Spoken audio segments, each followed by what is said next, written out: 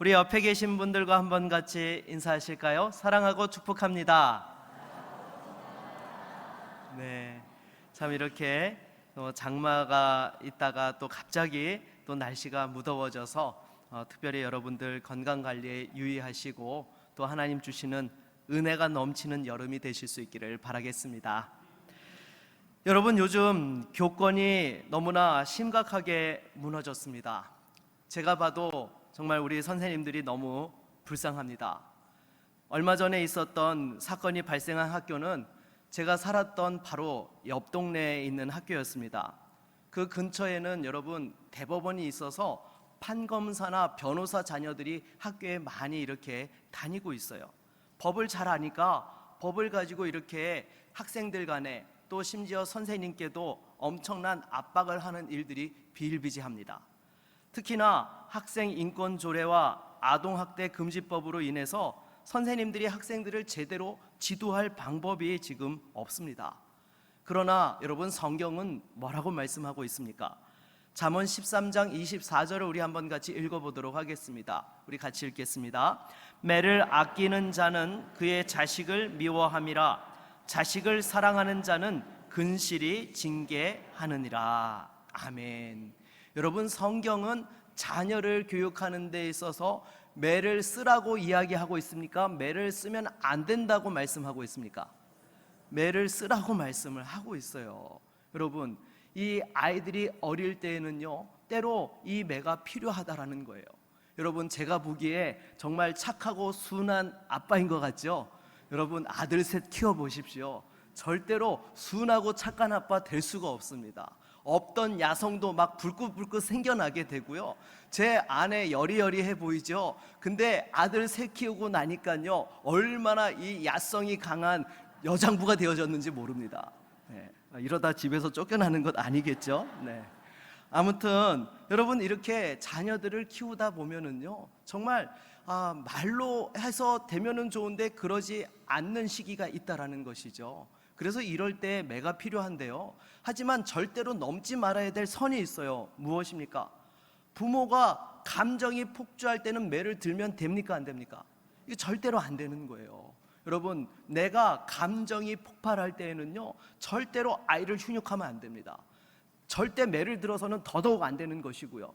그런 상황 속에서는 하나님 앞에 기도해야 되는 것이죠. 하나님, 제 안에 있는 이 분노를 가라앉게 하여 주시고, 정말 이 아이가 잘 되기를 원하는데 사랑의 마음으로 이 아이를 훈육할 수 있도록 다시 한번 제 감정을 내려달라고 그렇게 하나님 앞에 기도하면서 훈육할 때에 여러분, 그것이 아이에게 상처가 되지 않는 거예요. 그렇지 않고 분노 중에 이 매를 들면 이게 뭐예요?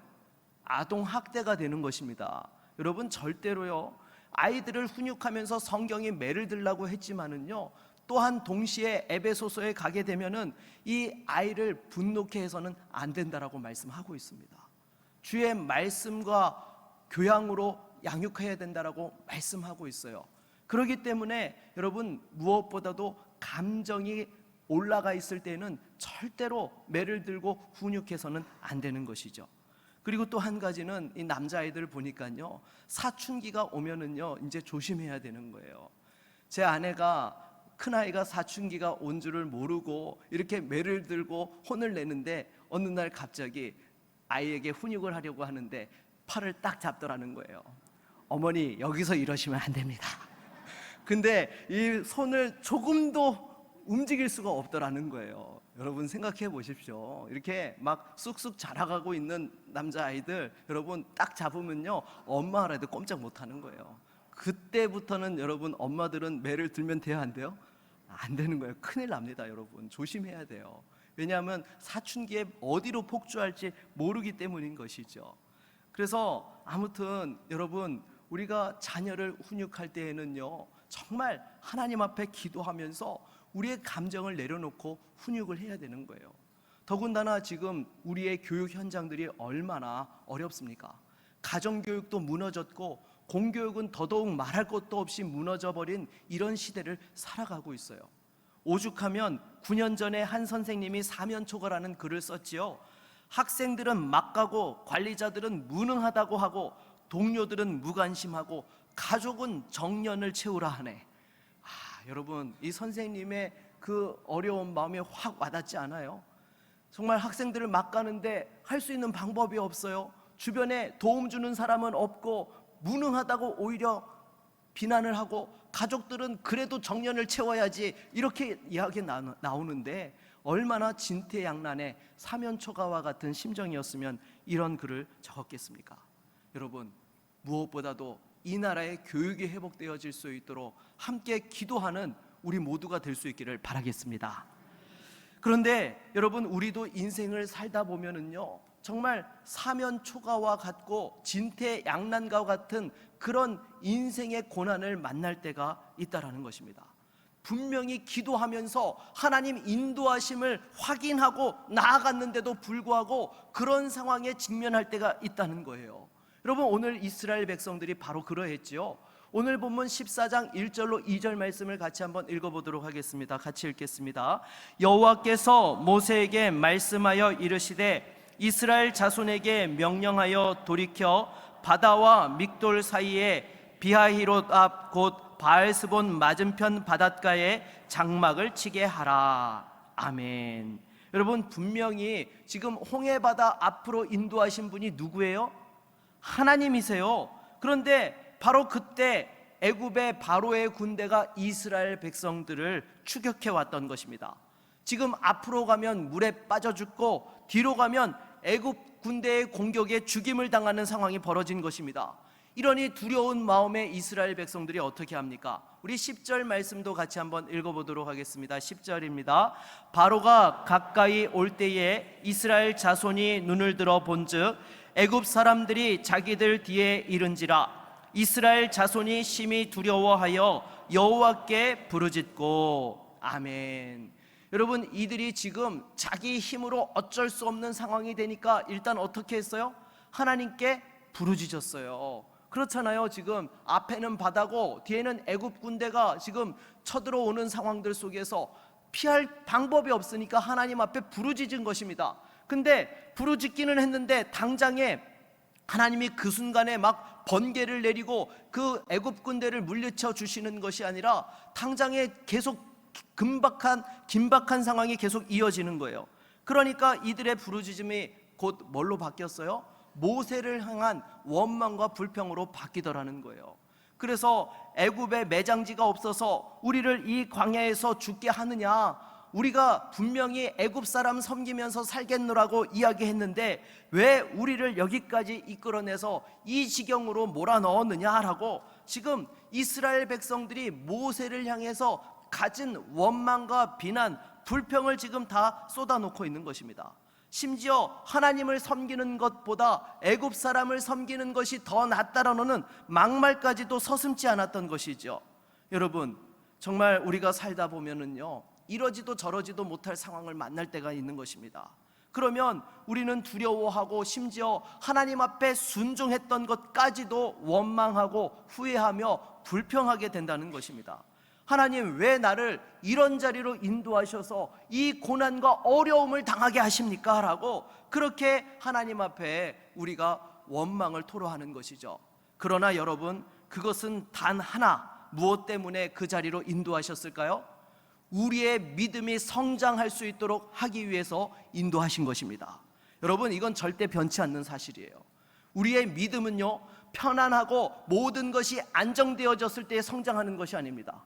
내 힘과 능력으로 감당할 수 없는 절박한 상황 속에서 우리의 믿음이 성장하고 하나님을 경험할 수 있게 되는 거예요. 그렇기 때문에 여러분, 이러한 자리에서 하나님 바라보고 의지하면 어떻게 돼요? 반드시 하나님의 역사를 보게 되고 하나님의 영광을 경험할 수 있게 되는 것입니다. 여러분, 우리 14장 4절 말씀을 한번 읽어보겠습니다. 같이 읽습니다. 내가 바로의 마음을 완악하게 한즉 바로가 그들의 뒤를 따르리니 내가 그와 그의 온 군대로 말미암아 영광을 얻어 애굽 사람들이 나를 여호와인 줄 알게 하리라 하시매 무리가 그대로 행하니라. 아멘. 여러분, 하나님께서는 분명히 이스라엘 백성들에게 큰 믿음을 주시고 은혜를 주시며 그 하나님의 영광의 기쁨을 함께 참여할 수 있도록 하기 위하여서 지금 이 홍해바다 앞으로 인도하셨다라는 것입니다. 그런데 여러분, 이와 같이 하나님께서 우리에게 믿음을 주시려고 또한 불러주신 고난의 자리는 실은 어떤 자리예요? 축복의 자리고 은혜의 자리인 것입니다. 하지만 여기에서 두 부류로 갈라지게 되는 것이죠. 오늘 본문에서도 보십시오. 이스라엘 백성들과 모세는 전혀 다른 반응을 하게 됩니다. 백성들은 무엇만 보았습니까? 앞에 있는 홍해바다와 뒤에 쳐들어오는 애굽 군대만 보았습니다. 그러나 모세는 눈을 들어 하나님을 바라보았던 것이죠. 분명 같은 현장에 있었음에도 불구하고 바라보는 대상이 달랐다는 거예요. 그러니까 여러분, 모세가 바로의 군대와 홍해바다를 전혀 의식하지 않았다라는 게 아니에요. 그럼에도 하나님께 그 눈을 고정시킬 때에 그 자리에서 베푸시는 하나님을 기대하고 그 하나님의 은혜와 능력들을 바라볼 수 있었다라는 것입니다. 우리도 마찬가지예요. 여러분, 은혜의 현장에 있는다고 다 은혜 받는지 아세요? 절대 그렇지 않습니다. 믿음으로 하나님을 바라보는 사람은 반드시 은혜와 축복을 누리지만 아무리 은혜와 축복의 현장에 있다 하더라도 믿음으로 하나님을 바라보지 아니하고 그 마음 문을 닫고 거부하는 사람들은요, 절대로 축복을 누리지 못한다는 거예요. 그러기에 여러분, 무엇보다도 하나님께서 우리에게 믿음을 성장하게 하여 주시고 또 축복하시기 위해서 그 믿음의 고난의 현장으로 부르실 때에는요, 항상 누구를 따라가야 돼요? 모세를 따라가야 됩니까? 이스라엘 백성을 따라가야 돼요? 네, 알기는 잘하시네요. 모세를 따라가야 되는 거예요, 여러분. 근데 솔직히 여러분 가슴에 손을 얹고 생각해 보십시오. 모세 얼마나 따라가셨어요? 날마다 이스라엘 백성들과 같이 하나님, 내가 분명히 순종했는데도 왜 이런 자리로 나를 부르셨나이까 원망 불평하지 않았습니까? 우리 옆에 계신 분들과 한번 같이 인사하도록 하겠습니다. 꼭 나보고 하는 소리 같습니다. 네, 여러분, 절대로 이스라엘 백성 되면 안 되는 거예요. 우리는요, 아무리 힘들고 어려워도 그 자리에서 하나님께 우리의 시선을 고정할 때에 하나님의 역사의 현장을 볼 수 있고 은혜와 축복을 누릴 수 있는 것입니다. 그래서 이 모세가 이렇게 하나님을 바라보면서 이스라엘 백성들에게 뭐라고 말씀해요? 우리 13절을 한번 같이 읽어볼까요? 13절입니다. 모세가 백성에게 이르되 너희는 두려워하지 말고 가만히 서서 여호와께서 오늘 너희를 위하여 행하시는 구원을 보라. 너희가 오늘 본 애굽 사람을 영원히 다시 보지 아니하리라. 아멘. 여러분, 이처럼 우리가요, 하나님께서 역사하시는 현장을 보기 위해서는 하나님의 일하시는 것을 어떻게 해야 된다고요? 가만히 지켜봐야 한다라는 것입니다. 그래서 이스라엘 백성들에게 모세가 한 말이 뭐예요? 두려워하지 말고 가만히 서서 하나님의 일하심을 기다리라 라고 이렇게 말씀하고 있는 것입니다. 그런데 이처럼 하나님의 일하시는 현장을 보려면은요, 두려움을 극복해야 되는데 두려움에 사로잡혀서 아무것도 하지 못하는 경우들이 너무나 많다라는 거예요. 여러분, 왜 똑같이 하나님의 그 역사의 현장에 있었음에도 불구하고 이스라엘 백성들은 두려움에 사로잡혔고 모세는 어떻게 하나님 앞에서 이와 같이 담대하게 하나님 바라보며 이스라엘 백성들에게 말할 수 있었던 것일까요? 그것은 바로 모세는 분명히 하나님이 함께 하시는 것을 확신했기 때문인 것입니다.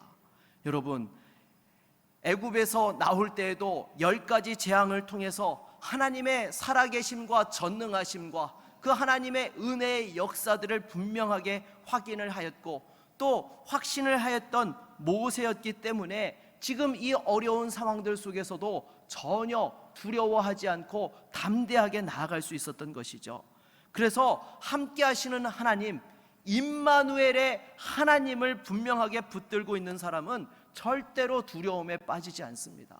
여러분, 아이들도 보십시오. 어린 아이들이요, 부모가 옆에 있으면 어때요?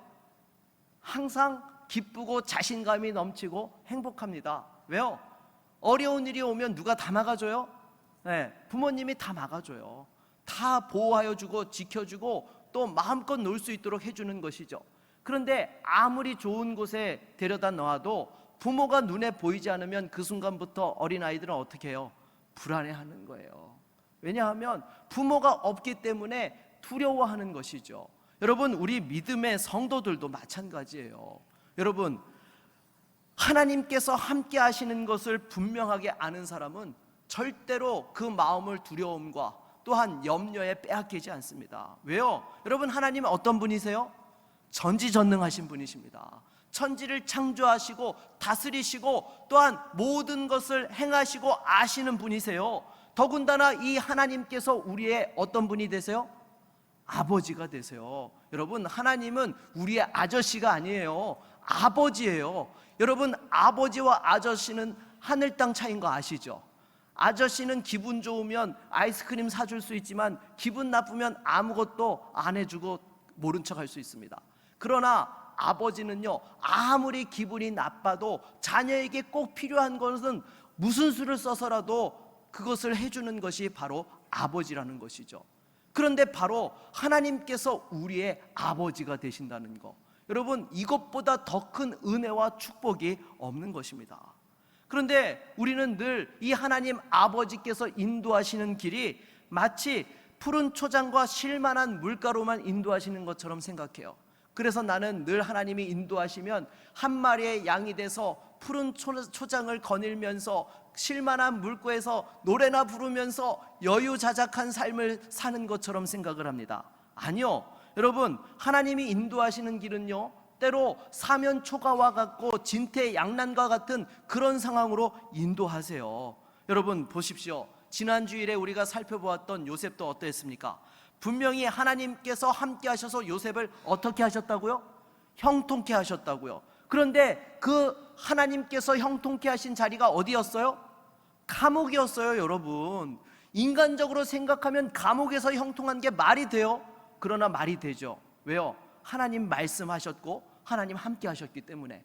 그러니까 이 요셉이 상상도 할 수 없었던 그 바로의 왕궁에 있는 술 맡은 관원과의 정말 기가 막힌 인맥이 연결되어질 수 있게 하여 주셔서, 또한 그 바로가 꿈을 꾸었을 때에 이 요셉을 천거하게 되었고 결국 애굽의 총리가 되는 역사가 일어났던 것입니다. 여러분, 중요한 것은 하나님이 함께 계시면 그 상황은 전혀 문제가 되지 않는 것입니다. 그래서 오늘 본문 14절도 뭐라고 말씀하고 있습니까? 우리 같이 읽어볼까요? 여호와께서 너희를 위하여 싸우시리니 너희는 가만히 있을지니라. 아멘. 여러분, 가만히 하나님이 하시는 일을 바라보라는 거예요. 근데 그 하나님께서 뭘 하신다고요?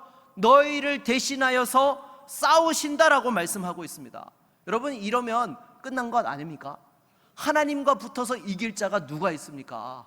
여러분, 이 하나님께서 함께 하셔서 대신 싸워주신다라는 거, 모세는 이 하나님을 분명하게 확신하였기 때문에 그 상황들 속에서도 조금도 흔들림이 없이 그 하나님의 일하심을 가만히 지켜보면서 기도하고 기대하며 기다릴 수 있었다라는 것입니다.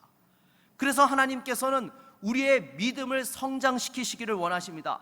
왜냐하면 믿음이 성장해야지만 하나님의 일하심을 볼 수 있고 깨달을 수 있고 그 하나님의 영광을 사모할 수 있게 되고 하나님의 기쁨에 참여할 수 있기 때문에, 여러분, 항상 하나님께서는 때로는 진퇴양난과 사면초가와 같은 그 현장으로 우리를 인도하시고 우리에게 믿음이 성장할 기회를 주신다라는 것입니다.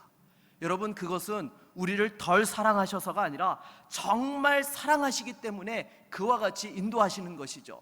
그래서 오늘 본문에 이스라엘 백성들이 가는 길에 앞에는 하나님께서 뭘 두셨어요? 홍해라는 장애물을 이렇게 만들어 놓으셨습니다. 그리고 뒤로는 애굽 군대가 쳐들어오는 장애물을 만들어 놓았던 것이죠. 그런데 이 장애물들을 한꺼번에 제거하심으로써 그 하나님의 영광을 이스라엘 백성들이 볼 수 있게 해 주셨던 것이죠. 우리 17절로 18절 말씀을 같이 한번 읽어보겠습니다. 내가 애굽 사람들의 마음을 완악하게 할 것인즉 그들이 그 뒤를 따라 들어갈 것이라. 내가 바로와 그의 모든 군대와 그의 병거와 마병으로 말미암아 영광을 얻으리니 내가 바로와 그의 병거와 마병으로 말미암아 영광을 얻을 때에야 애굽 사람들이 나를 여호와인 줄 알리라 하시더니. 아멘. 여러분, 이렇게 홍해 바다에 길을 내시고 그 애굽 군대를 물려쳐 주신 그 기적을 이스라엘 백성들은 결코 잊지 못하고 평생을 살아갔을 것입니다. 현대를 살아가는 우리들도 마찬가지입니다. 혹시 내가 감당할 수 없는 장애물로 애워싸여서 정말 아무것도 할 수 없고 여러분 절망할 수밖에 없는 상황에 놓여 있습니까? 절대로 절망하지 마십시오.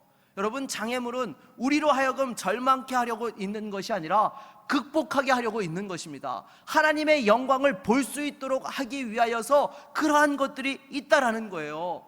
그래서 그 하나님의 역사가 일어날 때에 우리는 오히려 하나님 앞에 영광 돌리면서 그 하나님의 기쁨에 참여할 수 있게 되는 것입니다.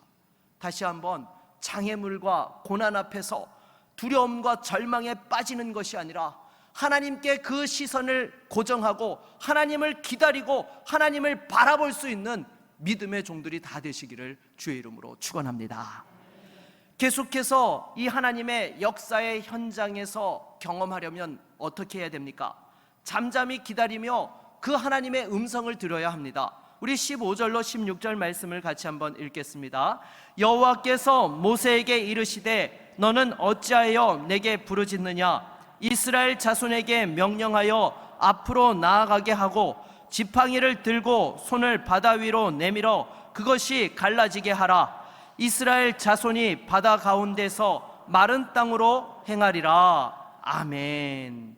여러분, 하나님께서는 모세에게 부르짖기만 하지 말고 이제 이스라엘 백성들을 홍해를 향해 나아가도록 명령하라고 말씀하십니다. 그리고 지팡이를 들어서 바다 위에 내밀면 그 바다가 마른 땅처럼 건널 수 있게 될 것이라 말씀하십니다. 여러분, 이것은요 사람의 이성으로는 말도 안 되는 것이지만 하나님이 말씀하셨기 때문에 이것은 진실이고 또한 사실이 되었던 것입니다. 그러기에 이 모세는 이 하나님의 음성을 듣고 두려운 상황 속에서도 흔들리지 않고 또한 말씀대로 이스라엘 백성들을 홍해 앞으로 보내며 그 지팡이를 내밀었을 때에 길이 열리고 구원받는 기적의 역사를 경험하게 된 것이죠. 그런데 이렇게 홍해 바다가 열렸음에도 건너기 위해서는 무엇이 필요했습니까? 기다림의 시간이 필요했습니다. 분명히 하나님께서 홍해 바다를 열어주신 것만 하더라도 정말 감사한데요, 여러분, 하나님께서는 뭐까지 해주셨어요? 그 홍해 바다 바닥을 말려주시기까지 한 거예요. 여러분들 바다에 가보신 분들 아실 거예요. 서해에 가보면은 밀물 때 물이 들어왔다가 썰물 때 물이 빠지면은 그 바다가 어떻습니까? 네, 마른 땅이에요? 그렇지 않죠. 질퍽질퍽한 뻘이 나와서 제대로 걷기도 어려운 것입니다. 그러니까 하나님께서는 밤새도록 동풍으로 말려가지고 이스라엘 백성들이 잘 건너갈 수 있도록 그렇게 만들어 주셨던 것이죠. 제가 이 본문을 가지고 말씀을 준비하면서 참 은혜를 받았어요. 여러분, 그렇잖아요. 하나님께서 지금 이 절박한 상황 속에서 홍해 바다에 길을 내주신 것만 해도 감지덕지 아닙니까? 그런데 그 길을 건너가는 것이 힘들까봐 여러분 그 젖은 땅을 마른 땅으로 만들어 주시기까지 했다라는 것입니다. 우리 교회 건축도 여러분 마찬가지입니다. 여러분, 진짜 이것은요 오늘날 이 시대에 홍해 바다에 길을 내고 있는 사건입니다. 제가 이번에 지난주간 3일 동안 교회를 위해서 금식하면서 교회 건축 비전 이후에 새 성전 시대에 대한 비전을 이렇게 또한 감동을 경험하게 되었던 것이죠. 여러분, 우리 교회의 건축 비전이 무엇이죠? 교회가 없는 곳에 교회를 세워 복음을 전하고 다음 세대를 믿음으로 세워 부흥하게 하는 것, 이것이 지금 우리 교회가 이 건축 비전을 가지고 예배당 건축을 하고 있는 거예요. 그러면 여러분, 이처럼 우리 교회가 없는 곳에 가서 복음을 전했으면 뭐가 있어야 돼요? 열매가 있어야죠. 그냥 복음만 전하고 끝나면 안 되잖아요. 열매가 있어야 돼요. 여러분, 다음 세대가 많이 모일 수 있도록 수적으로 부흥했으면 또 어떻게 해야 돼요? 이들을 인재로 길러내야 되는 것이죠. 그냥 많이 끌어안고 있다라고 해서 전부가 아닌 거예요. 이들이 하나님 나라를 위해서 대한민국과 세계를 이끌어갈 수 있는 그러한 하나님의 종들이 되어질 수 있도록 각계각처에서 요셉처럼 다니엘처럼 정말로 하나님 앞에서 쓰임받을 수 있도록 이들을 믿음으로 세워야 되는 것이죠. 그래서 먼저 전도의 열매를 위해서 기도해야 되겠다. 그래서 여러분 기도할 때요 3,000명이 모여서 구미를 섬기는 교회가 되게 해 주시옵소서. 여러분 함께 기도해 주시기를 바랍니다. 네. 그리고 또한 다음 세대를 인재로 양성해서 한국과 세계를 이끌 수 있는 교회가 될 수 있게 해달라고 여러분 함께 기도해 주십시오. 그리고 이걸 위해서 온 성도들이 1인 1사역을 감당하며 또 행복한 신앙생활을 할 수 있도록 여러분 기도해 주십시오. 그래서 이것을 가지고 우리가 함께 정말 이름하여 홀리스톰, 하나님의 성령의 거룩한 바람이 불면은요 이 일들이 분명히 이루어질 줄로 믿습니다. 그래서 처음에 하나님께서 주시는 감동의 마음이 2030년이었어요. 근데 인간적으로 생각하니까요 이게 좀 너무 부담이 되는 거예요. 물론 제가 사역을 하면서요 서울에서 한 해에 1,000명씩 3년 동안 3,000명이 부흥하는 교회를 보았습니다. 여러분 하나님이 부어주시면 엄청나게 역사가 일어나요. 근데 제가 좀 믿음이 부족해가지고 하나님 그래도 조금만 시간 더 주시죠. 그렇게 또 기도를 하는 가운데에 2036년이 되면 우리 교회가 어떤 해가 됩니까? 구미 기도소로 시작된 지 120년이 되는 해예요. 그래서 이름하여 홀리스톰 2036. 그래서 하나님께서 우리 교회를 다시 한번 새롭게 하여 주셔서 성령의 강력한 바람으로 구미 복음화를 앞장설 수 있고 우리 구미가 복음의 특별시가 될 수 있도록 하는 일에 쓰임받을 수 있도록 여러분 기도하며 나아갈 수 있기를 바라겠습니다.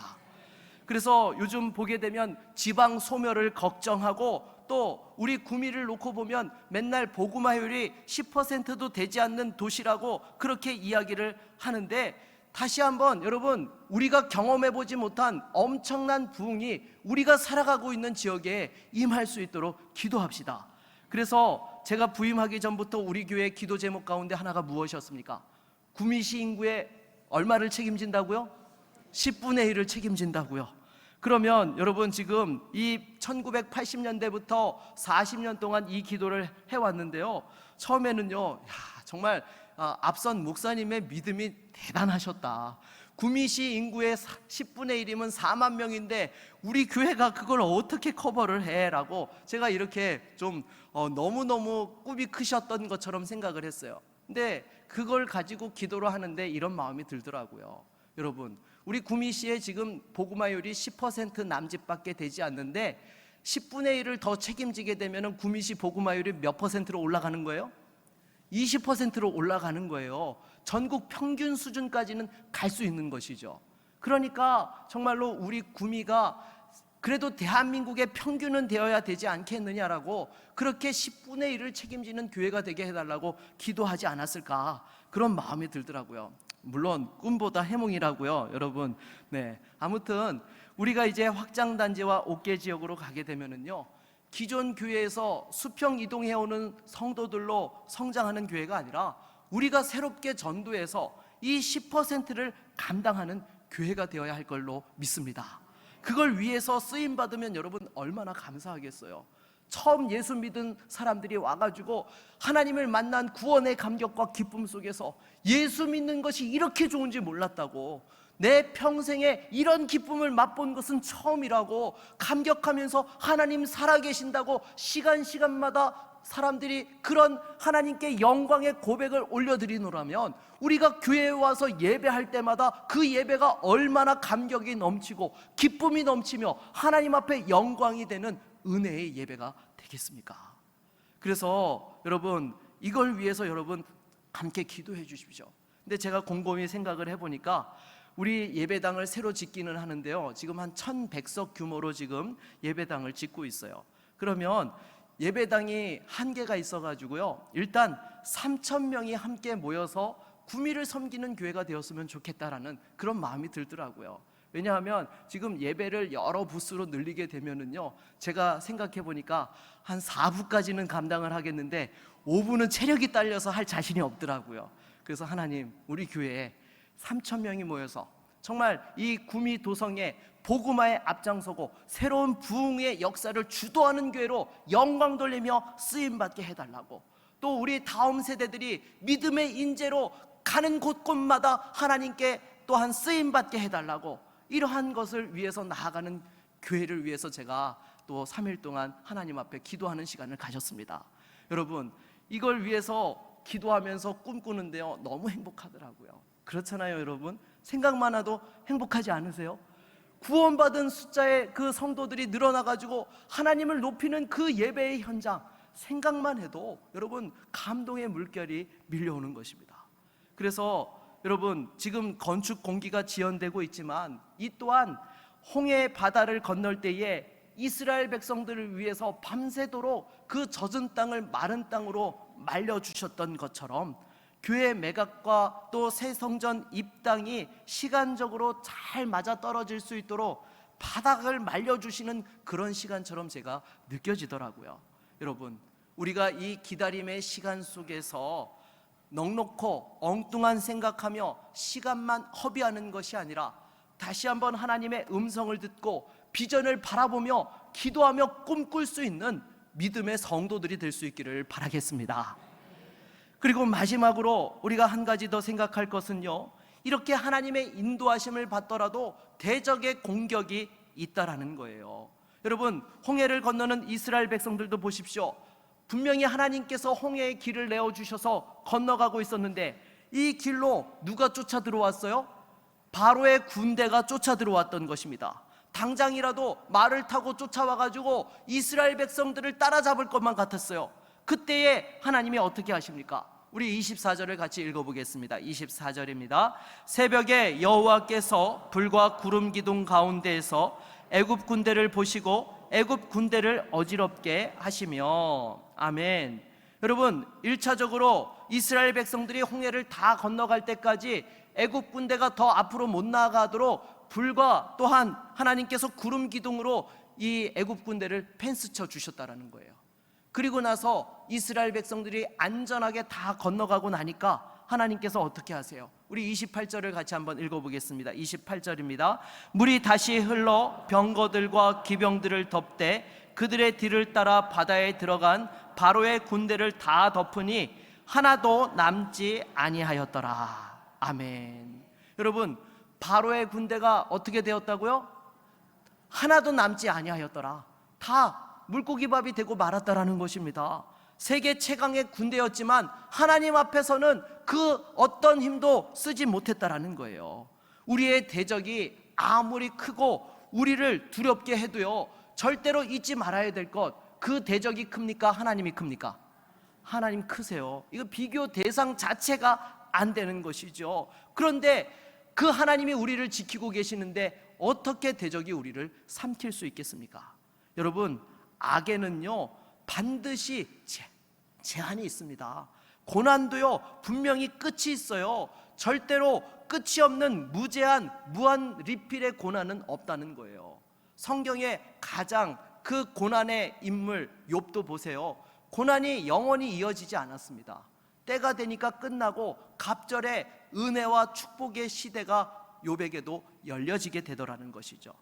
중요한 것은 그 어려운 순간에서도 끝까지 하나님 바라보는 믿음으로 하나님을 기다릴 때에, 그럴 때만이 승리와 하나님의 축복을 누릴 수 있는 것입니다.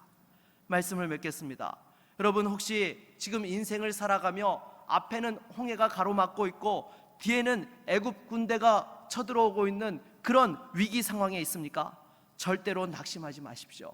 믿음으로 하나님의 함께 하심을 확신하고 기다릴 때에 반드시 바다의 길을 내시고 여러분들을 건져주시며 하나님의 은혜와 축복의 현장으로 인도하여 주시고 여러분이 믿음 가운데서 하나님의 영광을 보게 하실 것입니다. 마지막으로 이사야 55장 8절과 9절 말씀을 읽고 마치도록 하겠습니다. 같이 읽습니다. 이는 내 생각이 너희의 생각과 다르며 내 길은 너희의 길과 다름이니라. 여호와의 말씀이니라. 이는 하늘이 땅보다 높음같이 내 길은 너희의 길보다 높으며 내 생각은 너희의 생각보다 높음이니라. 아멘. 기다림의 시간 속에서도 끝까지 믿음으로 승리하고 하나님의 영광과 기쁨에 참여할 수 있는 저와 여러분 모두가 되기를 주의 이름으로 축원합니다. 우리 한번 같이 찬양하고 말씀을 의지하여 기도하겠습니다. 보라, 너희는 두려워 말고. 우리 함께 찬양하겠습니다.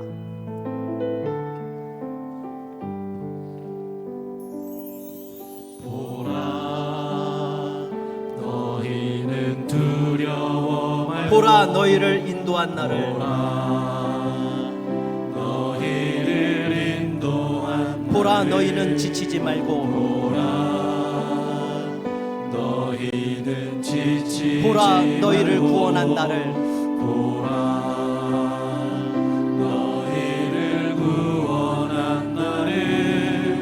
너희를 치던 적은 어디 있느냐?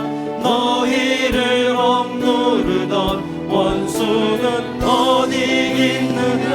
보라, 하나님 구원을. 보라, 하나님 구원을. 보라, 하나님 능력을. 너희를 위해서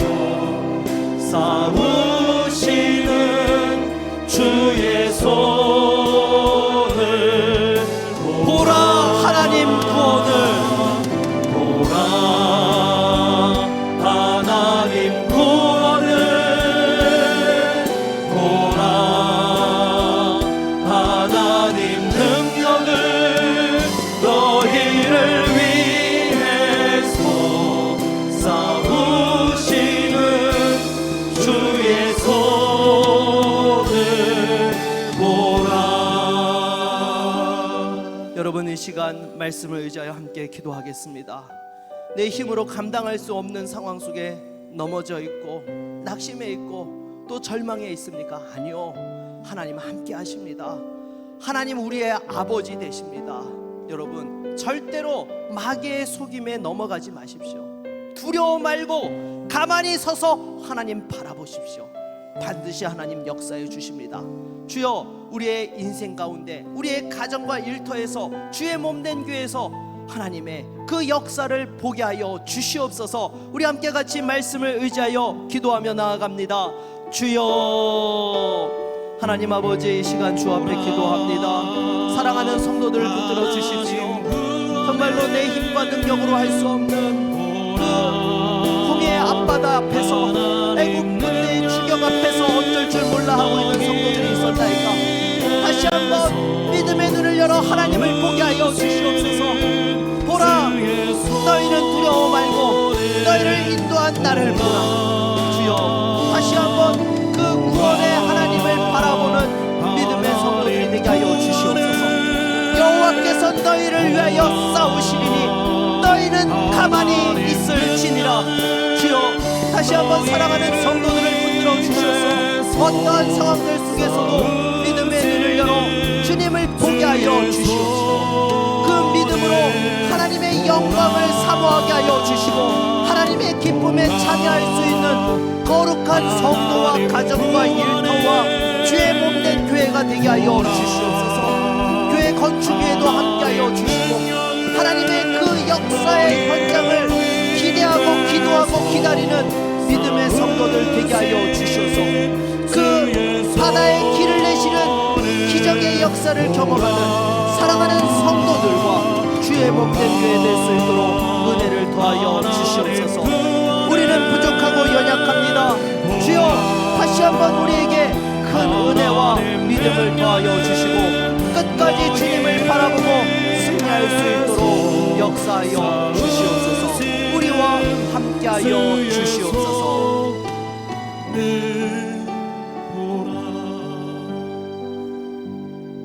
예수 그리스도의 이름으로 기도드립니다. 아멘.